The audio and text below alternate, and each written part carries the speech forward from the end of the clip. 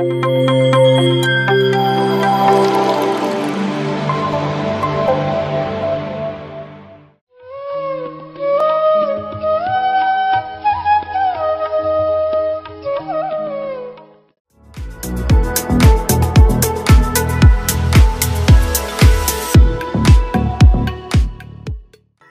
ನಮಸ್ಕಾರ. ನನ್ನ ಹೆಸರು ರೂಪಾ. PMC ಚಾನಲ್ಗೆ ಸ್ವಾಗತ ಸುಸ್ವಾಗತ. ಮೊದಲಿಗೆ ನಮ್ಮ ಗುರುಗಳಾದ ಬ್ರಹ್ಮರ್ಷಿ ಪತ್ರಿಜಿ ಅವರಿಗೂ ಮತ್ತು ಗುರುಮಾತಾ ಸ್ವರ್ಣಮಾಲಾ ಅವರಿಗೂ ವಂದಿಸ್ತಾ ಇವತ್ತಿನ ನಿರ್ವಾಣ ಫುಡ್ಸ್ ಎಪಿಸೋಡ್ನ ಸ್ಟಾರ್ಟ್ ಮಾಡೋಣ. ನಮ್ಮೊಂದಿಗೆ ಇವತ್ತು ಹಿರಿಯರಾದ ಮತ್ತು ಪಿರಮಿಡ್ ಮಾಸ್ಟರ್ ಆದ ಗಾಯತ್ರಿ ಅವರು ಇದ್ದಾರೆ. ಅವ್ರನ್ನ ಸ್ವಾಗತಿಸೋಣ. ಬನ್ನಿ ಮೇಡಮ್. ನಮಸ್ಕಾರ. ನಮಸ್ತೆ. ನಿಮಗೆ PMC ಚಾನಲ್ಗೆ ಸ್ವಾಗತ, ನಿರ್ವಾಣ ಫುಡ್ಸ್ಗೂ ಸ್ವಾಗತ. ಧನ್ಯವಾದ. ಸೊ ಫಸ್ಟ್ ಅಂದರೆ ಹಿರಿಯರು ಬಂದು ಮಾಡ್ತಾ ಇದ್ದಾರೆ ಅನ್ನೋದೇ ಖುಷಿ ಆಗುತ್ತೆ ಫಸ್ಟ್ ಆಫ್ ಆಲ್. ಆ್ಯಂಡ್ ನಿಮ್ಮಿಂದ ಕಲಿಯೋದು ತುಂಬ ಇರುತ್ತೆ ನಮಗೆ. ಸೊ ನೀವು ಇವತ್ತು ಏನು ಹೇಳ್ಕೊಡ್ತಾ ಇದ್ದೀರಾ, ಅದರ ಇಂಪಾರ್ಟೆನ್ಸ್ ಮತ್ತು ಅದರಿಂದ ಏನೇನು ಆರೋಗ್ಯದ ಉಪಯೋಗಗಳಿರುತ್ತೆ ಅಂತಲೂ ತಿಳಿಸ್ಕೊಡ್ಬೇಕು ಅಂತ ಕೇಳ್ಕೊತೀನಿ. ನಾನಿವತ್ತು ಹೆಸರು ಕಾಳು ದೋಸೆ ಮಾಡೋದನ್ನು ಹೇಳ್ಕೊಳ್ತಾ ಇದ್ದೀನಿ. ಓಕೆ. ಹಾಂ ಹಾಂ. ಇದು ತುಂಬ ಸಾತ್ವಿಕ ಕಾಳುಗಳಲ್ಲಿ ತುಂಬ ಸಾತ್ವಿಕ ಕಾಳು ಇದು ಹೆಸರು ಕಾಳು. ಓಕೆ. ಹಾಂ ಹಾಂ. ಹಾಗಾಗಿ ಇದು ತುಂಬ ಎಲ್ಲರಿಗೂ ಉಪಯೋಗ ಆಗುತ್ತೆ. ಧ್ಯಾನ ಮಾಡೋರಿಗಂತೂ ತುಂಬ ಉಪಯೋಗ ಆಗುತ್ತೆ. ಶುಗರ್ನರಿಗೆ ತುಂಬ ಶುಗರ್ ಇದು ಕಂಟ್ರೋಲ್ ಮಾಡುತ್ತೆ. ಪ್ಲಸ್ ಇನ್ಸುಲಿನ್ ಪ್ರೊಡ್ಯೂಸ್ ಮಾಡುತ್ತೆ. ಇದು ವೆರಿ ನೈಸ್. ಹೆಸರು ಕಾಳು ಇನ್ಸುಲಿನ್ನೇ ಪ್ರೊಡ್ಯೂಸ್ ಮಾಡುತ್ತೆ. ಹಾಗಾಗಿ ಶುಗರ್ನರಿಗೆ ಮತ್ತೆ ಎಲ್ಲರಿಗೂ ತುಂಬಾ ಒಳ್ಳೇದು ಇದು. Okay okay. ಸೊ ನೋಡಿ, ಇದರಿಂದಾನೇ ಗೊತ್ತಾಗುತ್ತೆ ಹಿರಿಯರಿಂದ ಕಲ್ತ್ಕೊಳ್ಳೋದು ಎಷ್ಟಿರುತ್ತೆ ಅಂತ. ಅವ್ರು ಸ್ಟಾರ್ಟಿಂಗ್ ಅಲ್ಲೇ ಒಂದೊಳ್ಳೆ ಇನ್ಫಾರ್ಮೇಶನ್ ಕೊಟ್ಟಿದ್ದಾರೆ. ಹೆಸರು ಕಾಳು ನಮ್ಮ ದೇಹಕ್ಕೆ ತುಂಬಾ ಒಳ್ಳೇದು. ಇದ್ರೊಳಗೆ ಇದನ್ನ ಸೇವಿಸಿದ್ರೆ ನಮ್ಮ ಬಾಡಿನಲ್ಲಿ ಇನ್ಸುಲಿನ್ ಜನರೇಟ್ ಆಗುತ್ತೆ ಅಂತ ಹೇಳ್ತಾರೆ. ವಿಚ್ ಶುಗರ್ ಪೇಷಂಟ್ಸ್ಗಾಗಲಿ ಅಥವಾ ಯಾವುದೇ ಒಂದು ಆರೋಗ್ಯ ವಿಚಾರಕ್ಕೆ ಇದು ತುಂಬ ಸಾತ್ವಿಕ ಆಹಾರ ಮತ್ತು ತುಂಬ ಒಳ್ಳೆಯದು ಅಂತ ಹೇಳ್ತಾ ಇದ್ದಾರೆ. ಸೊ ಇದರಿಂದ ಅವರು ದೋಸೆ ಮಾಡೋದನ್ನು ಹೇಳ್ಕೊಡ್ತಾ ಇದ್ದಾರೆ ಇವತ್ತು. ಅದಕ್ಕೆ ಏನೇನು ಬೇಕು, ಯಾವ ಥರ ಮಾಡೋದು ಅಂತ ತಿಳ್ಕೊಳ್ಳೋಣ. ಸೊ ಇದು ಶುರು ಮಾಡೋದಕ್ಕೆ ಮುಂಚೆ ನೀವು ಧ್ಯಾನ ಮಾಡ್ತಿದ್ದೀರಾ ಅಂತ ಗೊತ್ತಾಯ್ತು. ಸೊ ನೀವು ಧ್ಯಾನ ಮಾಡೋದಕ್ಕೆ ಶುರು ಮಾಡಿದ್ದು ಯಾವಾಗ, ಅಥವಾ ನಿಮ್ಮನ್ನು ಯಾರು ಮೋಟಿವೇಟ್ ಮಾಡಿ ಧ್ಯಾನಕ್ಕೆ ಕರ್ಕೊಂಬಂದಿದ್ದು, ನಿಮ್ಗೆ ಏನು ಅನ್ಸುತ್ತೆ, ಮತ್ತು ನಿಮ್ಗೆ ಆಗಿರೋ ಅನುಭವಗಳ ಬಗ್ಗೆ ಹೇಳ್ಕೋಬೇಕು ಅಂತ ಕೇಳ್ಕೊತೀನಿ. ನಾನು 3 ವರ್ಷದಿಂದ ಧ್ಯಾನ ಮಾಡ್ತಾ ಇದ್ದೀನಿ. ಇದು ನನ್ನ ಮಗಳೇ ನನಗೆ ಧ್ಯಾನ ಹೇಳ್ಕೊಟ್ಟಿದ್ದು. ಹೌದಾ? ಓಕೆ. ಸೊ ನಿಮ್ಗೆ ಏನಕ್ಕೆ ಅನಿಸ್ತು? ನನಗೆ ಅಂತಂದ್ರೆ ಅವಳಿಗೆ ಹೆಲ್ತ್ ಸರಿ ಇರ್ಲಿಲ್ಲ. ಆ ಟೈಮಲ್ಲಿ ಹೋಗಿ ಕಲ್ತ್ಕೊಂಡ್ಬಂದ್ಲಲ್ಲಿ. ಆಮೇಲೆ ಬಂದ್ಮೇಲೆ ನಮಗೂ ಎಲ್ಲ ಹೇಳ್ಕೊಟ್ಲು.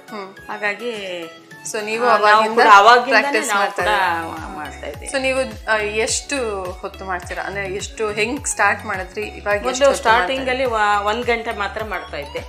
ಈಗ 3 ಗಂಟೆ ತನಕ ಮಾಡ್ತಿದ್ದೆ. Okay, nice. ಸೊ ನಿಮ್ಗೆ ಒಳ್ಳೆ ಅನುಭವ ಆಗಿದೆ. ನನ್ನ ಆರೋಗ್ಯದಲ್ಲೂ ತುಂಬಾ ಇಂಪ್ರೂವ್ ಆಗಿದೆ. ತುಂಬಾ ನೀವು ಅದನ್ನ ಪ್ರಾಕ್ಟೀಸ್ ಮಾಡ್ತೀನಿ. ತಪ್ಸಲ್ಲ, ದಿನಾನು ನಾನು ಮಾಡ್ಕೊಂಡು ಪ್ರಾಕ್ಟೀಸ್ ಮಾಡ್ತೀರಾ. ಸೂಪರ್. ನೀವು ಅದನ್ನ ತಿಳಿಸ್ತಾ ಇದ್ದೀರಾ ಬೇರೆಯವ್ರಿಗೆ. ಇವಾಗ ಧ್ಯಾನದ ಇಂಪಾರ್ಟೆನ್ಸ್ ನಿಮಗೆ ಗೊತ್ತಾಗಿದೆ, 3 ವರ್ಷದಿಂದ ನೀವು ಮಾಡ್ತಾ ಇದ್ದೀರಾ ಅಂತ ಹೇಳ್ತಾ ಇದ್ದೀರಾ.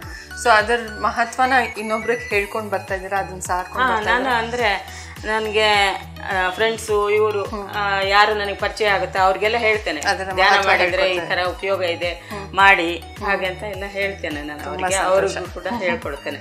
ತುಂಬಾ ಸಂತೋಷ. ಸೊ ನಾವು ಹೆಚ್ಚು ಧ್ಯಾನದ ಬಗ್ಗೆ ಆಗ್ಲಿ, ಆರೋಗ್ಯದ ಬಗ್ಗೆ ಮತ್ತೆ ಸಾತ್ವಿಕ ಆಹಾರದ ಬಗ್ಗೆ ಎಲ್ಲ ಮಾತಾಡೋಣ. ಅದಕ್ಕೆ ಮುಂಚೆ ನೀವು ಮಾಡ್ತಿರೋ ಅಡುಗೆಯ ಏನೇನು ಪದಾರ್ಥಗಳು ಯೂಸ್ ಮಾಡಬೇಕು ಅಂತ ಹೇಳಿ. ಆಯ್ತು. ಓಕೆ. ಇದು ನಿನ್ನೆ ಬೆಳಗ್ಗೆ ನೆನೆ ಹಾಕಿ ರಾತ್ರಿ ಮೊಳಕೆ ಇದು ಬಟ್ಟೆಯಲ್ಲಿ ಕಟ್ಟಿ ಮೊಳಕೆ ತರಿಸಿದ್ದು ಹೆಸರು ಕಾಳು. Okay okay. ಮತ್ತೆ ಇದು ಕರಿಬೇವು, ಒಂದು ಸ್ವಲ್ಪ ಕಾಳು ಮೆಣಸು, ಮತ್ತೆ ಜೀರಿಗೆ, ಇದು ಹಸಿಮೆಣಸಿನಕಾಯಿ, ಕೊತ್ತಂಬರಿ, ಸ್ವಲ್ಪ ಇದು ಶುಂಠಿ. ಸರಿ, ಶುಂಠಿ ಇದೆಲ್ಲ ಈಗ ನಾವು ಮಿಕ್ಸಿ ಮಾಡ್ಕೋಬೇಕು. ಸೊ ಇದಕ್ಕೆ ಮೊಳಕೆ ಬರಲೇಬೇಕು ಅನ್ನೋದಿದೆಯಾ? ಇಲ್ಲ, ಅದು ಇನ್ನ ಒಳ್ಳೇದಲ್ಲ. ಬರೀ ಕಾಳಿಗಿಂತ ಮೊಳಕೆ ಬಂದಿದ್ರೆ ತುಂಬಾ ಒಳ್ಳೇದು. ಅದಕ್ಕೋಸ್ಕರ ನಾವು ಮೊಳಕೆ ತರಿಸೇ ಮಾಡೋದು ಇದನ್ನ. ಸೊ ನೋಡಿ, ಇದೊಂದು ಇಂಪಾರ್ಟೆಂಟ್ ಪಾಯಿಂಟ್. ಅಂದ್ರೆ ನೆನ್ಸಿದ ಕಾಳಲ್ಲೂ ದೋಸೆ ಮಾಡ್ಬೋದು, ಬಟ್ ಆದಷ್ಟು ಮೊಳಕೆ ಬಂದು ಮಾಡಿದ್ರೆ ಅದರದ್ದು ಅಡ್ವಾಂಟೇಜಸ್ ಅಥವಾ ಬೆನಿಫಿಟ್ಸ್ ಇನ್ನೂ ಜಾಸ್ತಿ ಆಗುತ್ತೆ. ಸೊ ಗಾಯತ್ರಿ ಅಮ್ಮ ಅವರು ರಾತ್ರಿ ನೆನೆಸಿ ಬೆಳಗ್ಗೆ ಅದನ್ನು ಕಟ್ಟಿ ಮೊಳಕೆ ಬರ್ಸಿದ್ದಾರೆ. ಸೊ ಇವಾಗ ದೋಸೆ ಹೇಗೆ ಮಾಡೋದು ಅಂತ ಹೇಳ್ಕೊಡ್ತಾರೆ. ಸೊ ಇದು ನೆನೆಸಿಟ್ಟಿರೋ ಕಾಳನ್ನ ಮಿಕ್ಸಿ 1 ಲೋಟ ಹಾಕಿದ್ರೆ ಇಷ್ಟ ಆಗುತ್ತೆ ಇದು. ಸೊ ಇದನ್ನ ಯಾವ್ದನ್ನು ಬಾಡ್ಸೋದಾಗ್ಲಿ ಏನು ಏನಿಲ್ಲ, ಎಲ್ಲ ಹಸಿ. ಆಮೇಲೆ ದೋಸೆ ಮಾಡೋದಷ್ಟೇ. ಇದಕ್ಕೆ ಈ ಕರಿಬೇವು ಮತ್ತೆ ಇದು ಮೆಣಸಿನಕಾಯಿ ಸ್ವಲ್ಪ ಪೀಸ್ ಮಾಡಿ ಹಾಕೊಳ್ತೀನಿ.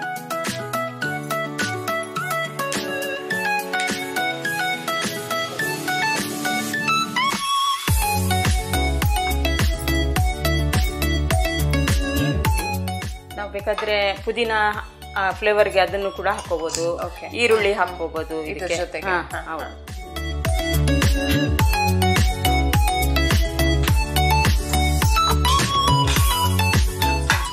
ಜನರಲಿ ನಾವು ಅಕ್ಕಿ ಉದ್ದು ದೋಸೆ ತಿಂದು ತಿಂದು ತಿಂದು ಬೋರ್ ಆಗಿಬಿಟ್ಟಿರುತ್ತೆ. ಸೊ ಈ ಥರ ಗ್ರೀನ್ ಕಲರ್ ದೋಸೆ ಟ್ರೈ ಮಾಡೋದು ಚೆನ್ನಾಗಿರುತ್ತೆ ಅಲ್ವಾ? ಸೊ ನೋಡಿ, ರುಚಿಗೆ ತಕ್ಕಷ್ಟು ಉಪ್ಪು. ಸೊ ಎಲ್ಲವನ್ನು ಒಟ್ಟಿಗೆ ಹಾಕಿ ಗ್ರೈಂಡ್ ಮಾಡೋದಷ್ಟೇ. ಸೊ ಇದಕ್ಕೆ ಅಕ್ಕಿ ಹಾಕೋ ನೆಸೆಸಿಟಿನೇ ಇಲ್ವಮ್ಮ? ಅಕ್ಕಿ ಬೇಡ, ಅಕ್ಕಿ ಬೇಕಾಗಿದ್ದಿಲ್ಲ. ಓಕೆ. ಇದು ಶುಗರ್ ಇಷ್ಟು ಕಂಟ್ರೋಲ್ ಮಾಡುತ್ತೆ ಅಂದ್ರೆ 3 ಡೇಸ್ ಇದು ತಗೊಂಡ್ಬಿಟ್ರೆ 3 ಡೇಸ್ ಕಂಟಿನ್ಯೂಸ್ ಇದ್ರದ್ದು ದೋಸೆ ತಿಂದ್ಬಿಟ್ರೆ ತುಂಬಾ ಕಡಿಮೆ ಆಗ್ಬಿಡುತ್ತೆ, ಡೌನ್ ಆಗುತ್ತೆ. ಹೆಸರು ಕಾಳು ಮತ್ತೆ ಹಸಿಮೆಣಸಿನಕಾಯಿ ಶುಂಠಿ ಇದೆಲ್ಲ ಮಿಕ್ಸಿ ಮಾಡ್ಕೊಂಡಿದ್ದೀನಿ. ಈಗ ಇನ್ನು ಸ್ವಲ್ಪ ನಮ್ಮ ಕನ್ಸಿಸ್ಟೆನ್ಸಿ ನೋಡ್ಕೊಂಡು ನೀರು ಹಾಕೋಬೇಕು. ದೋಸೆ ಹಿಟ್ಟಿಂದ ಇದಕ್ಕೆ ಹಾಕಬೇಕು. ಸೊ ಇದಕ್ಕೆ ನೀವು ಸೋಡಾ ಆಗ್ಲಿ ಏನು ಮಿಕ್ಸ್ ಇಲ್ಲ, ಸೋಡಾ ಇದೆಲ್ಲ ನಾವು ಉಪಯೋಗಿಸಲ್ಲ. ಓಕೆ. ಮತ್ತೆ ಇದು ನೆನೆಸ್ಬೇಕು ಅಂತ ಏನಿಲ್ವಾ ಆಂಟಿ? ಮಾಡಿದ ತಕ್ಷಣ ಯೂಸ್ ಮಾಡಿದ ತಕ್ಷಣ ಇದು ಮಾಡ್ಬೋದು. ಅಂದ್ರೆ ಇದು ಬಿಸಿ ಬಿಸಿದೇ ಒಳ್ಳೇದು ತಿನ್ನಕ್ಕೆ.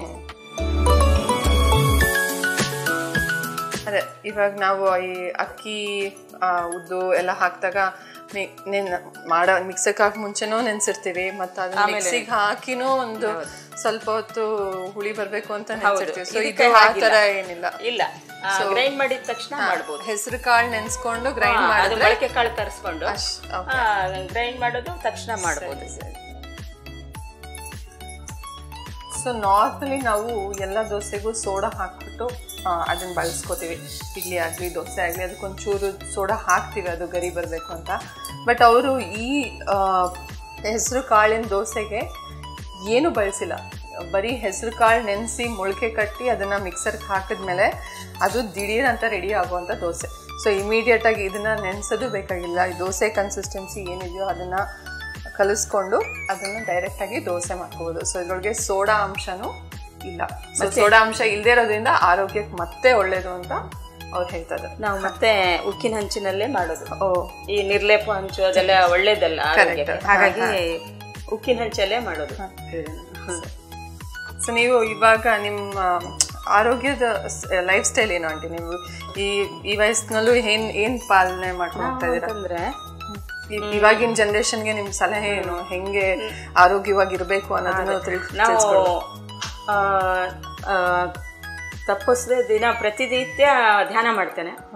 ಆಮೇಲೆ 2 ಹೊತ್ತು ಮಾತ್ರ ಊಟ 10 ಗಂಟೆಗೆ ಒಮ್ಮೆ ಊಟ ಮಾಡ್ತೀವಿ, ಮತ್ತೆ 7 ಗಂಟೆ ಒಳಗೆ ಊಟ.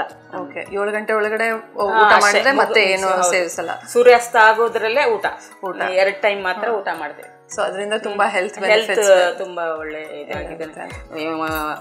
ಧ್ಯಾನದಿಂದಲೇ ಹೆಚ್ಚು ಇದು ಹೆಲ್ಪ್ ಆಗುತ್ತೆ ಎಲ್ಲಾ ರೀತಿಯಿಂದಲೂ, ಮಾನಸಿಕದಿಂದ ಮತ್ತೆ ದೈಹಿಕ ಆರೋಗ್ಯ ಎಲ್ಲಕ್ಕೂ ಇದು ಧ್ಯಾನ ತುಂಬಾ ಒಳ್ಳೆಯದು ಅಂತ.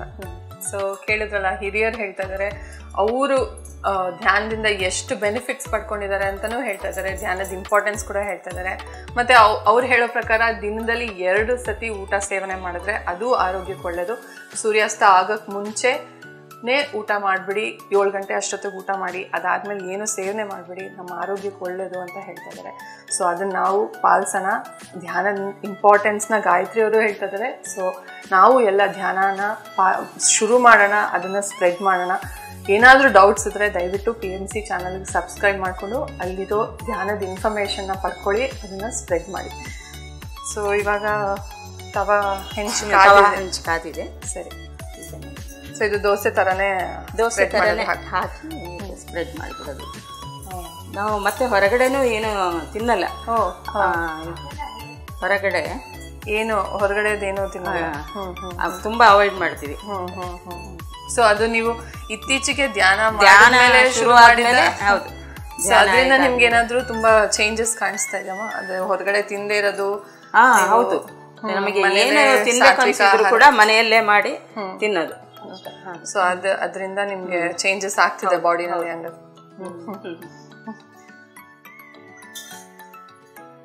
ಸೊ ನಿಮ್ಮ ಮನೆಯಲ್ಲಿ ನೀವು ಧ್ಯಾನ ಮಾಡ್ತೀರಾ, ಮತ್ತೆ ಇನ್ಯಾರಾದ್ರೂ ಧ್ಯಾನ ಮಾಡ್ತಾರಾ ನಿಮ್ ಜೊತೆ? ನಮ್ಮ ಮನೆಯಲ್ಲಿ ಎಲ್ಲರೂ ಧ್ಯಾನ ಮಾಡೋರೆ. ಹೌದಾ?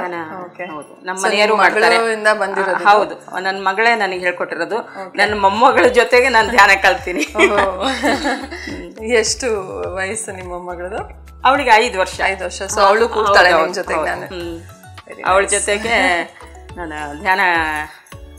ಧ್ಯಾನ ಕಲ್ತದ್ದು ಕೂಡ ಅವಳ ಜೊತೆಗೆ. ನೋಡಿದ್ರ ಚಿಕ್ಕ ಮಗು ದೊಡ್ಡವರಿಗೆ ಧ್ಯಾನ ಹೇಳ್ಕೊಟ್ಟಿದೆ ಅಂದ್ರೆ ಇದು ತುಂಬಾನೇ ವಿಶೇಷ. ಸೊ ನಾವು ಮಾಡೋಣ. This is the right time for us to start meditation and spread meditation. ಇದರಿಂದ ಬೆನಿಫಿಟ್ಸ್ನ ಪಡ್ಕೋಬೇಕು ಅಂತ ನಾನು ಹೇಳ್ತಾ ಇದ್ದೀನಿ. ಅದು ನನಗೆ ಆಮೇಲೆ ಅನಿಸ್ತಾ ಇತ್ತು, ಅಯ್ಯೋ ಎಷ್ಟು ಲೇಟಾಗಿ ನಾನು ಶುರು ಮಾಡಿದ್ನಲ್ಲ. ನನಗೆ ತುಂಬಾ ಪೂಜೆಗಳು ಇದು ಎಲ್ಲ ಮಾಡ್ತಾ ಇದ್ದೆ ನಾನು. ಆದ್ರೆ ಧ್ಯಾನಕ್ಕೆ ಬಂದದ್ದು ಈಗ 3 ವರ್ಷ ಆಯ್ತು ನನಗೆ. ಬಟ್ 3 ವರ್ಷದಿಂದನೂ ನೀವು ಅದು ಕಂಟಿನ್ಯೂಸ್ ಆಗಿ ಮಾಡ್ತಾ ಇದ್ದೀರಲ್ಲ, ಅದು ಇಂಪಾರ್ಟೆಂಟ್. ಯಾಕಂದ್ರೆ ಅದಕ್ಕೂ ಪೇಷನ್ಸ್ ಬೇಕು. ಒಂದ್ಸತಿ ಕೂತ್ಕೋಬೇಕು ಅಂದ್ರೆ ಕೆಲವರು ಕೂತ್ಕೊಂತಾರೆ, ಆಮೇಲೆ ಅದು ಕಾನ್ಸಂಟ್ರೇಟ್ ಮಾಡಕ್ ಆಗಲ್ಲ ಅಂತ ಅಲ್ಲೇ ಡಿಸ್ಕಂಟಿನ್ಯೂ ಮಾಡ್ಬಿಡ್ತಾರೆ. ಬಟ್ ನೀವು ಸತತ 3 ವರ್ಷದಿಂದ ಮಾಡ್ತಾ ಇದೀರಾ ಅಂದ್ರೆ ತುಂಬಾ. ಮೊದಲು ಹಾಗಾಗ್ತಿತ್ತು, ಈಗ ಮಾಡದೇ ಇದ್ರೆ ಆಗಲ್ಲ. ಧ್ಯಾನ ಮಾಡಿಲ್ಲ ಅಂದ್ರೆ ಒಂದ್ ಹೊತ್ತು ಊಟ ಬಿಟ್ರು ಪರವಾಗಿಲ್ಲ, ಧ್ಯಾನ ಬಿಡಕ್ಕಾಗಲ್ಲ. ಆ ತರ ಅಭ್ಯಾಸ ಆಗಿದೆ. ಮತ್ತೆ ಈಗ ರಿಟೈರ್ಡ್ ಲೈಫ್ ಅಲ್ಲ ನಮ್ದು. ಮುಂಚೆ ನೀವು ಕೆಲಸ ಮಾಡ್ತಿದ್ರ? ನಮ್ದು ಶಾಪ್ ಇತ್ತು. ಕರೋನಾ ಟೈಮಲ್ಲಿ ಕ್ಲೋಸ್ ಮಾಡಿದ್ವಿ. ಸರಿ ಸರಿ ಸರಿ. ಹಾಗಾಗಿ ಶಾಪಲ್ಲಿ ಇರ್ತಿದ್ದೆ ನಾನು ಕೂಡ.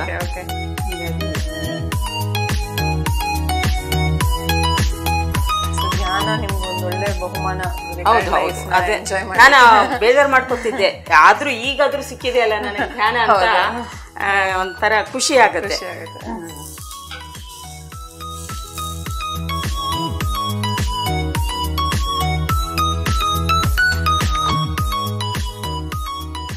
ಈ ತರ ಬೇರೆ ಕಾಳುಗಳನ್ನ ಯೂಸ್ ಮಾಡಿ ಏನಾದ್ರು ಎಲ್ಲ ಮಿಕ್ಸ್ ಕಾಳ್ದು ಮಾಡ್ಕೊಬಹುದು. ಎಲ್ಲಾ ಕಾಳನ್ನು ನೆನೆ ಹಾಕಿ ಮೊಳಕೆ ತರಿಸಿ ಮಾಡುದು. ಅದನ್ನು ದೋಸೆ ತರ ಅದನ್ನು ಕೂಡ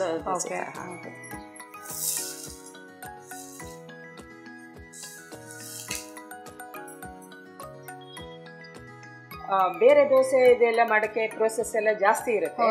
ಇದು ಅರ್ಜೆಂಟ್ ಆಗಿ ಕೆಲ್ಸಕ್ಕೆ ಹೋಗೋರಿಗೆ ಇವರಿಗೆಲ್ಲ ತುಂಬಾ ಉಪಯೋಗ ಆಗುತ್ತೆ ಇದು ದೋಸೆ. ಮತ್ತೆ ಆರೋಗ್ಯಕ್ಕೂ ತುಂಬಾ ಒಳ್ಳೇದು. ಇದರಲ್ಲಿ ಹೆಚ್ಚು ನಾರಿನಂಶ ಇರುತ್ತೆ. ಮತ್ತೆ ಶುಗರ್ನವ್ರಿಗೆ ಇವ್ರಿಗೆ ಎಲ್ಲ ತುಂಬಾ ಒಳ್ಳೇದು. ಮಕ್ಕಳಿಗೂ ಸ್ವಲ್ಪ ಖುಷಿ ಕೊಡುತ್ತೆ. ಮಕ್ಕಳಿಗೂ ಇಷ್ಟ ಆಗುತ್ತೆ ಇದು. ಮತ್ತೆ ಇದಕ್ಕೆ ಏನೋ ಚಟ್ನಿ ಇದು ಬೇಕು ಅಂತಾನೂ ಇಲ್ಲ ಅನ್ಸಲ್ಲ. ಅಲ್ಲ, ಮಕ್ಕಳಿಗಾದ್ರೆ ಮೇಲೆ ಸ್ವಲ್ಪ ತುಪ್ಪ ಹಾಕಿ ಕೊಟ್ಟು ಬಿಟ್ರೆ ತಿಂತಾರೆ ಮಕ್ಕಳು. ಒಂಥರ ಡಿಫ್ರೆಂಟ್ ಇದು ಇರುತ್ತಲ್ಲ. ಬರೀ ದೋಸೆ ಅಂದ್ರೆ ದಿನ ಮಾಡಿದ್ರೆ ಬೇಜಾರು ಮಾಡ್ಕೊತಾರೆ. ಇದಾದ್ರೆ ನೋಡ್ಲಿಕ್ಕೂ ಡಿಫ್ರೆಂಟ್ ಆಗಿದೆ. ಇದನ್ನು ಕೂಡ ನೀವು ಬೇರೆ ಬೇರೆ ಇದರಲ್ಲಿ ಮಾಡ್ಕೋಬಹುದು. ಪುದೀನ ಹಾಕಿ ಮಾಡ್ಕೋಬಹುದು, ಮತ್ತೆ ಈರುಳ್ಳಿ ಹಾಕಿ ಮಾಡ್ಕೋಬಹುದು, ರುಬ್ಬಕ್ಕೆ ಹಾಕ್ಬಿಡೋದು. ಆ ತರ ಮಾಡಿದ್ರೆ ಮಕ್ಕಳಿಗೆ ಚೇಂಜ್ ಇರುತ್ತೆ, ಮತ್ತೆ ಇಷ್ಟನೂ ಆಗುತ್ತೆ ಮಕ್ಕಳಿಗೆ.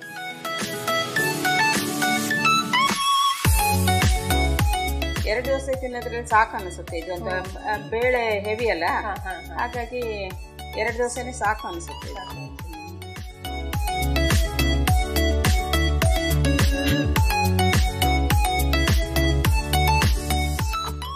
ನಮ್ಮದೆಲ್ಲ ಈಗ ಒಂಥರ ಧ್ಯಾನ ಕುಟುಂಬ ಆಗ್ಬಿಟ್ಟಿದೆ. ಮತ್ತೆ ಯಾರು ಬರ್ತಾರೆ ಮನೆಗೆ ಅವರಿಗೂ ಹೇಳೋದು, ಅವರು ಎಲ್ಲ ಒಳ್ಳೆ ರಿಸಲ್ಟ್ ಹೇಳ್ತಾ ಇದ್ದಾರೆ. ತುಂಬಾ ಒಳ್ಳೇದಾಗಿದೆ ನಮ್ಗೆ ಹೇಗೆ ಅಂತ. ಕಲಿಯೋದೊಂದೇ ಅಲ್ಲ, ಅದನ್ನ ನಾವು ಸ್ಪ್ರೆಡ್ ಮಾಡ್ಬೇಕು, ಅದು ಇಂಪಾರ್ಟೆಂಟ್. ಇವಾಗ ನಾವು ಕಲ್ತ್ಕೊಂಡಿದೀವಿ, ನಮ್ಮಿಂದ ಇನ್ನೊಬ್ರಿಗೆ ಬೆನಿಫಿಟ್ ಆಗುತ್ತೆ ಅಂದ್ರೆ ಅದನ್ನು ಮಾಡ್ಬೇಕು. ಸೊ ಅದನ್ನು ಅವ್ರು ಮಾಡ್ತಾ ಇದಾರೆ. ಅವ್ರು ಧ್ಯಾನ ಕುಟುಂಬ ಅಂತ ಹೇಳಿದ್ರು, ಎಲ್ಲರೂ ಮಾಡ್ತಾ ಇದಾರೆ ಮನೆಯಲ್ಲಿ ಅಂತ ಹೇಳ್ತಾ ಇದಾರೆ. ಸೊ ಒಬ್ರಿಂದ ಕುಟುಂಬಕ್ಕೆ ಹೆಲ್ಪ್ ಆಗಿದೆ, ಕುಟುಂಬದಿಂದ ಮತ್ತೆ ಸೊಸೈಟಿಗೂ ಹೆಲ್ಪ್ ಮಾಡಬೇಕು ಅನ್ನೋದು ಇಂಟೆನ್ಷನ್. ಸೊ ನೀವು ಸ್ಟಾರ್ಟ್ ಮಾಡಿ ಧ್ಯಾನ ಮಾಡೋದಕ್ಕೆ ಅಂತ ಹೇಳಕ್ ಇಷ್ಟಪಡ್ತೀನಿ. ನೀವು ಬುಕ್ಸ್ ಓದೋ ಅಭ್ಯಾಸ ಏನಾದ್ರು?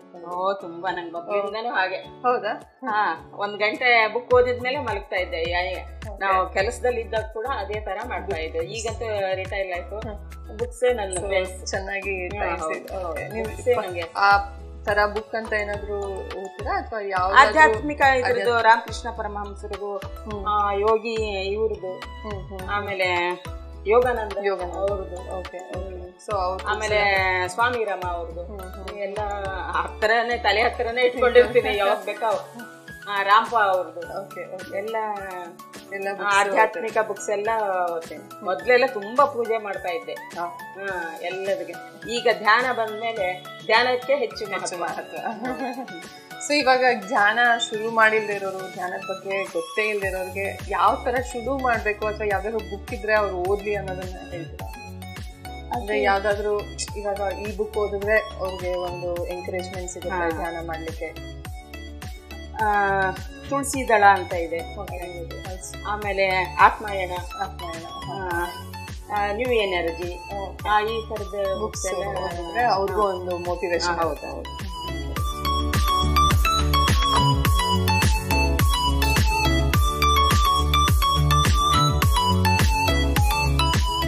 ಇದಕ್ಕೆ ಜೊತೆಗೆ ನಾನು ಕ್ಯಾರೆಟ್ ಚಟ್ನಿ ಮಾಡ್ತೀನಿ, ಅದು ಚೆನ್ನಾಗಿರುತ್ತೆ. ಮಕ್ಕಳಿಗೆಲ್ಲ ಹಾಗೆ ತಿಂತಾರೆ.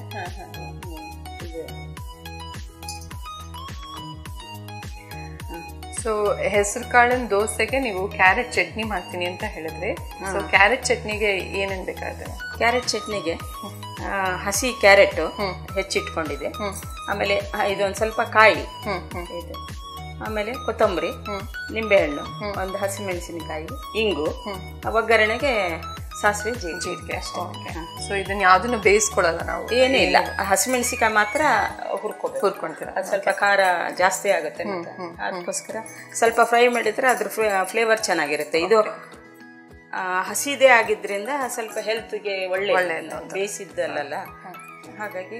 ಸೊ ಈಗ ಚಟ್ನಿ ಬರೀ ಹೆಸರು ಕಾಳು ದೋಸೆಗೆ ಚೆನ್ನಾಗಿರುತ್ತಾ ಅಥವಾ ಯಾವ್ದಕ್ಕೆ? ಎಲ್ಲಕ್ಕೂ ಚೆನ್ನಾಗಿರುತ್ತೆ. ಅಂದ್ರೆ ಚಪಾತಿಗೆ, ರೊಟ್ಟಿಗೆ, ಆಮೇಲೆ ಅನ್ನಕ್ಕೂ ಕೂಡ ಚೆನ್ನಾಗಿರುತ್ತೆ. ಹೆಚ್ಚಿಗೆ ಖಾರ ಹಾಕಿಲ್ಲ ಅಂದ್ರೆ ಒಂಥರ ಕೋಸಂಬರಿ ತರನೇ ಇರುತ್ತೆ, ಮಕ್ಕಳಿಗೂ ಇಷ್ಟ ಆಗುತ್ತೆ, ತಿನ್ಲಿಕ್ಕೂ ಚೆನ್ನಾಗಿರುತ್ತೆ. ಸರಿ, ಸಾಮಾನ್ಯವಾಗಿ ನಾವು ಕೊಬ್ಬರಿ ಚಟ್ನಿ ಅದನ್ನೇ ಮಾಡ್ತಾ ಇರ್ತೀವಿ ದೋಸೆಗೆ, ಇಡ್ಲಿಗೆ, ಎಲ್ಲದಕ್ಕೂ. ಇಲ್ಲ ಹೆಚ್ಚು ಅಂದ್ರೆ ಪುದೀನಾ ಚಟ್ನಿ ಮಾಡ್ತೀವಿ. ಬಟ್ ಇದು ಕ್ಯಾರೆಟ್ ಅನ್ನೋದು ಒಂದ್ ಸ್ವಲ್ಪ ತರಕಾರಿ ತಿಂದಿರೋ ಮಕ್ಕಳಿಗೆ ಇದು very nice option two feed them carrot. ಹೌದು. ಸೊ ಇದೊಂದು ಒಳ್ಳೆ ಪ್ರಯತ್ನ. ಈಗ ಸ್ವಲ್ಪ ಮೆಣಸಿನಕಾಯಿ ಇದನ್ನು ಹುರ್ಕೊಂಡ್ಬಿಡೋಣ.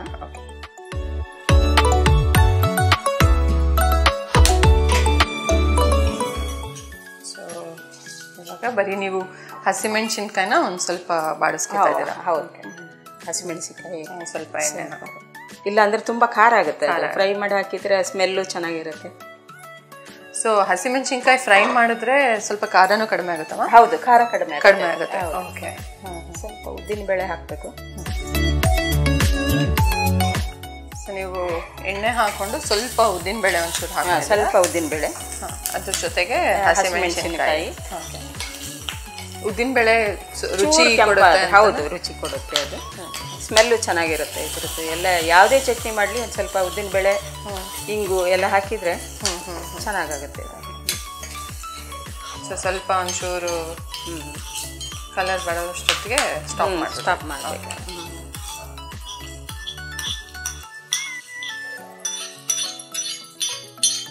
ಸೊ ಇನ್ಯಾವುದನ್ನು ಹುರ್ಕೊಳ್ಳೋದಾಗ್ಲಿ ಏನೂ ಇಲ್ಲ, ಅದೆಲ್ಲ ಹಂಗೆ ಹಸಿದೆ ಹಾಕೊಳ್ಳೋದು. ಇದೆಲ್ಲ ಕ್ಯಾರೆಟು, ಕೊತ್ತಂಬರಿ ಇದೆಲ್ಲ ಹಸಿದೆ ಹಾಕೊಳ್ಳೋದು.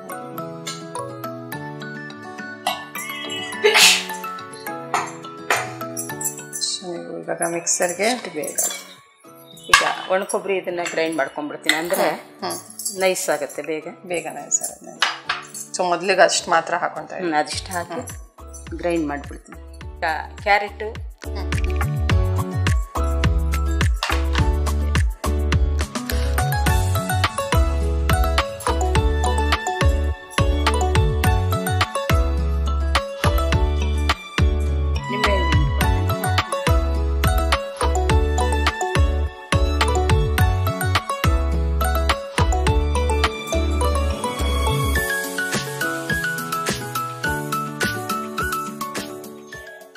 ಮಿಕ್ಸಿಗೆ ಹಾಕೊಳ್ಳೋದಕ್ಕೇನೆ ನಿಂಬೆಹಣ್ಣು ಒಂಚೂರು ಹಿಂಡ್ಕೊಂಡ್ಬಿಟ್ರೆ ಆಯ್ತು. ಎಲ್ಲದ್ದು ಎಲ್ಲ ರಸನೂ ಆಗ್ಬೇಕಲ್ಲ, ಅದು ಹುಳಿ ಬಿದ್ದರೆ ಯಾವ ಚೆನ್ನಾಗಾಗತ್ತೆ.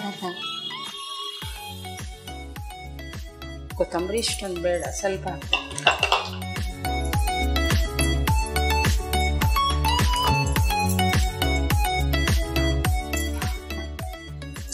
ಸ್ವಲ್ಪ ಉಪ್ಪು,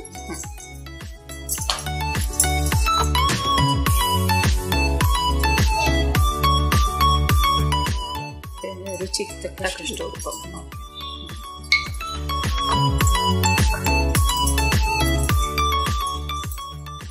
ಇಷ್ಟನ್ನು ಚಟ್ನಿ ಥರ ರುಬ್ಕೊಳ್ಳೋದು. ಇದೆ ಈಗ ಮಿಕ್ಸಿಗೆ ಹಾಕಿ ಆಯಿತು. ಅದಕ್ಕೆ ಮೇಲೆ ಒಗ್ಗರಣೆ ಕೊಟ್ಟರೆ ಅದು ಚಟ್ನಿ ರೆಡಿ ಆಗುತ್ತೆ.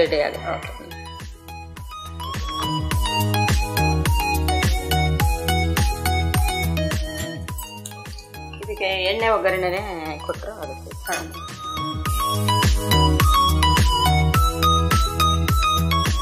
ಒಂದೆರಡು ಸ್ಪೂನ್ ಆದ್ರೆ ಸಾಕು. ಎಷ್ಟು ಸಾಸಿವೆ ಹಾಕೋದು?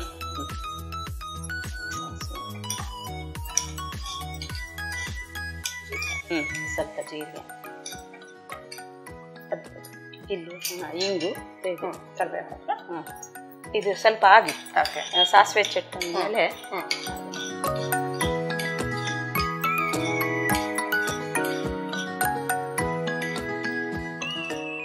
ಇಂಗು ಆಕ್ಚುಲಿ ತುಂಬಾ ರುಚಿನೂ ಕೊಡುತ್ತೆ, ಡೈಜೆಷನ್ಗೂ ಒಳ್ಳೆಯದು ಹೇಳ್ತಾರೆ. ಹೌದು. ಅದು ಸಾಮಾನ್ಯವಾಗಿ ಎಲ್ಲದಕ್ಕೂ ಬಳಸ್ತೀರಾ ಇಂಗು? ಇದೆ, ಇಂಗು ಎಲ್ಲದಕ್ಕೂ ಬಳಸ್ತೀವಿ. ಅದು ಹೇಳ್ತಾರಲ್ಲ, ಇಂಗು ತೆಂಗು ಇದ್ರೆ ಮಂಗನ ಅಡುಗೆ ಮಾಡುತ್ತೆ ಅಂತ. ಹಾಗೆ ಇದೆ. ಅಲ್ಲೇ ಒಂದೆರಡು ಪೀಸು ಒಣಮೆಣಸಿನಕಾಯಿ, ಅದು ಇಂಗೊಂದು ಹಾಕಿ.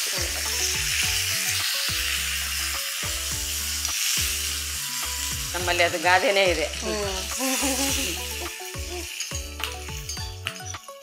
ಬಟ್ ಎಷ್ಟೇ ಮಾಡಿದ್ರು ಹಿರಿಯರ್ ಮಾಡಿದ ಥರ ನಮಗೆ ಬರಲ್ಲ. ನಾವು ನಿಮ್ಮಿಂದ ಇನ್ನೂ ಕಲಿಯೋದು ತುಂಬ ಇರುತ್ತೆ. ಯಾಕಂದರೆ ನಿಮ್ಮ ಕೈ ರುಚಿ, ಕೈ ಗುಣ ಎಲ್ಲ ತುಂಬ ಚೆನ್ನಾಗಿರುತ್ತೆ. ಅವಾಗಿಂದ ಮಾಡ್ಕೊಂಡ್ ಬಂದಿರ್ತೀರ. ಸೊ ಏನಂದ್ರು ಟ್ರೆಡಿಷನಲ್ ಅಡುಗೆಗಳೆಲ್ಲ ಹೌದು, ತುಂಬ ಒಳ್ಳೇದೆ. ಕರೆಕ್ಟ್. ಸೊ ನೀವು ಹೊರಗಡೆನೆ ತಿಂದೇ ಇರೋದ್ರಿಂದ ಮನೆಯಲ್ಲಿ ತುಂಬಾ ವಿಧ ವಿಧವಾದ ಅಡಿಗೆ ಏನಿದ್ರು ಮನೇಲೆ ತಂದು ಮಾಡೋದು. ಅಂದ್ರೆ ತಿನ್ನೋದೇ ಇಲ್ಲ ಅಂತಿಲ್ಲ, ಯಾವಾಗಾದ್ರೂ ಇದಕ್ಕೆಲ್ಲ ಹೊರಗಡೆ ಹೋದಾಗ ಏನು ಫುಡ್ಡೇ ಸಿಗ್ತಾ ಇಲ್ಲ ಅಂತ ಅಂದಾಗ ಮತ್ತೆ ತಿನ್ಬೇಕಾಗುತ್ತೆ. ಅದೇ, ಬಟ್ ಆದಷ್ಟು ಮನೆ ಊಟನೇ ತಿಂತಿದ್ರು. ಸೊ ಇವಾಗ ಕ್ಯಾರೆಟ್ ಚಟ್ನಿ ಮತ್ತು ಇದು ರೆಡಿ ಆಗಿದೆ.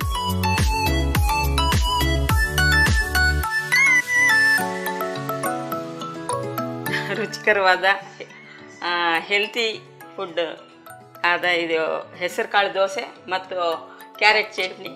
ನೀವು ರುಚಿ ನೋಡಿ ಹೇಗಿದೆ ಅಂತ. ಖಂಡಿತ ಎರಡೂ ಹೊಸದು. ಸೊ ನೋಡ್ಲಿಕ್ಕೂ ತುಂಬಾ ಚೆನ್ನಾಗಿದೆ. ನೀವು ಮಾಡ್ತಾ ಇದ್ದಾಗ ಘಮನೇ ತುಂಬಾ ಚೆನ್ನಾಗಿತ್ತು. ಎಸ್ಪೆಷಲಿ ನೀವು ಇದನ್ನ ಮಿಕ್ಸರ್ಗೆ ಹಾಕೊಂಡಾಗ ಅದಷ್ಟು ಇಂಗ್ರೀಡಿಯೆಂಟ್ಸ್ ಸೇರಿ ಬರ್ತಾ ಇತ್ತಲ್ಲ, ಘಮ ತುಂಬಾ ಚೆನ್ನಾಗಿತ್ತು. ಅದು ತುಂಬಾ ಚೆನ್ನಾಗಿತ್ತು. ಕ್ಯಾರೆಟ್ ಚಟ್ನಿ ನಾನಂತೂ ಮೊದಲ ಸತಿ ಟ್ರೈ ಮಾಡ್ತಾ ಇರೋದು. ಸೊ ಇದೊಂದು ಹೊಸ ರೆಸಿಪಿ ನನಗೇನೆ. ಚೆನ್ನಾಗಿದೆಯಾ? ತುಂಬಾ ಚೆನ್ನಾಗಿದೆ. ಅಂಡ್ ತಿಂತಾ ಇದ್ರೇನೆ ನಮ್ಗೆ ಲೈಟ್ ಫೀಲಿಂಗ್ ಆಲ್ರೆಡಿ ಫೀಲ್ ಆಗ್ತದೆ. ಸೊ ಅದರಿಂದನೇ ಗೊತ್ತಾಗುತ್ತೆ ಎಷ್ಟು ಹೆಲ್ತ್ ಬೆನಿಫಿಟ್ ಇದೆ ಅಂತ. ಆ್ಯಂಡ್ ಅಬ್ಸಲ್ಯೂಟ್ಲಿ ಲೆಸ್ ಆಯಿಲ್, ಜಾಸ್ತಿ ಇದ್ರೊಳಗೆ ಫ್ಯಾಟ್ ಕಂಟೆಂಟ್ ಇರೋವಂಥದ್ದು ಯಾವುದೋ ಅವ್ರು ಬಳಸಲೇ ಇಲ್ಲ. ಇದಕ್ಕೆ ಸೋಡಾ ಹಾಕಿಲ್ಲ, ಮತ್ತು ಇದ್ರೊಳಗೂ ಎಲ್ಲ ಸಾತ್ವಿಕ ಇಂಗ್ರೀಡಿಯೆಂಟ್ಸೇ ಇದ್ದಿದ್ದು. ಸೊ ಖಂಡಿತ ನೀವು ಹೆಸರು ಕಾಳು ದೋಸೆ ಜೊತೆಗೆ ಕ್ಯಾರೆಟ್ ಚಟ್ನಿ ಟ್ರೈ ಮಾಡಿಬಿಟ್ಟು ಕಮೆಂಟ್ಸಲ್ಲಿ ಹೇಳಿ ಹೇಗೆ ಬಂತು ಗಾಯತ್ರಿ ಅವರ ರೆಸಿಪಿ ಅಂತ. ಮತ್ತು ಈ ಕ್ಯಾರೆಟ್ ಚಟ್ನಿ ಅವ್ರು ಹೇಳ್ದಂಗೆ ಇದ್ರ ಜೊತೆ ಮಾತ್ರ ಅಲ್ಲ, ಯಾವುದೇ ದೋಸೆ ಆಗಲಿ, ರೊಟ್ಟಿ ಆಗಲಿ, ಚಪಾತಿ ಎಲ್ಲದಕ್ಕೂ ತುಂಬ ಚೆನ್ನಾಗಿ ಮ್ಯಾಚ್ ಆಗುತ್ತೆ ಅಂತ ಅವ್ರು ಹೇಳಿದ್ರು. ಸೊ ನಾವು ಎಲ್ಲದಕ್ಕೂ ಟ್ರೈ ಮಾಡೋಣ. ಅದಕ್ಕೆ ಟ್ರೈ ಮಾಡಿ ಕಮೆಂಟ್ಸಲ್ಲಿ ಹೇಳಿ ಅಂತ ನಾನು ಕೇಳ್ಕೊತಾ ಇದ್ದೀನಿ. ತುಂಬ ಥ್ಯಾಂಕ್ಸ್ ಅಮ್ಮ, ಇಲ್ಲಿ ಇಷ್ಟು ದೂರ ಬಂದು ನಮಗೆ ಒಂದು ಹೊಸ ರುಚಿನ ಹೇಳ್ಕೊಟ್ಟಿದ್ದಕ್ಕೆ, ಮತ್ತು ಧ್ಯಾನದ ಇಂಪಾರ್ಟೆನ್ಸ್ ಹೇಳಿದ್ದಕ್ಕೆ, ಮತ್ತು ನೀವು ಅದನ್ನು ಬೇರೆಯವ್ರಿಗೆ ಸ್ಪ್ರೆಡ್ ಮಾಡ್ತಾ ಇದ್ದೀರಾ ಅಂತ ಕೇಳಿದ್ರೆ ತುಂಬ ಖುಷಿ ಆಯಿತು. ಆಮೇಲೆ ನಿಮ್ಮದು ಧ್ಯಾನದ ಕುಟುಂಬ ಅಂತ ಕೇಳಿ ನನಗೆ ತುಂಬ ಖುಷಿ ಆಯಿತು. ಸೊ ಇನ್ನಷ್ಟು ಜನಕ್ಕೆ ಅದನ್ನು ಪರಿಚಯ ಮಾಡಿಕೊಡಿ, ಇನ್ನಷ್ಟು ಜನಕ್ಕೆ ಅದರ ಇಂಪಾರ್ಟೆನ್ಸ್ ಹೇಳಿ ಅಂತ ಕೇಳ್ಕೊತಾ ಇದ್ದೀನಿ. ತುಂಬ ಥ್ಯಾಂಕ್ಸ್. ಎಲ್ಲರಿಗೂ ನಮಸ್ಕಾರ. PMC ಚಾನಲ್ಗೆ ಸಬ್ಸ್ಕ್ರೈಬ್ ಮಾಡಿ ಹಾಗೂ ಎಲ್ಲವನ್ನು ಶೇರ್ ಮಾಡಿ. Thank you. PMC Kannada channel ಅನ್ನು ಲೈಕ್ ಮಾಡಿ, ಶೇರ್ ಮಾಡಿ, ಸಬ್ಸ್ಕ್ರೈಬ್ ಮಾಡಿ ಮತ್ತು ಮಾಡಿಸಿ. ಎಲ್ಲರಿಗೂ ಧನ್ಯವಾದಗಳು.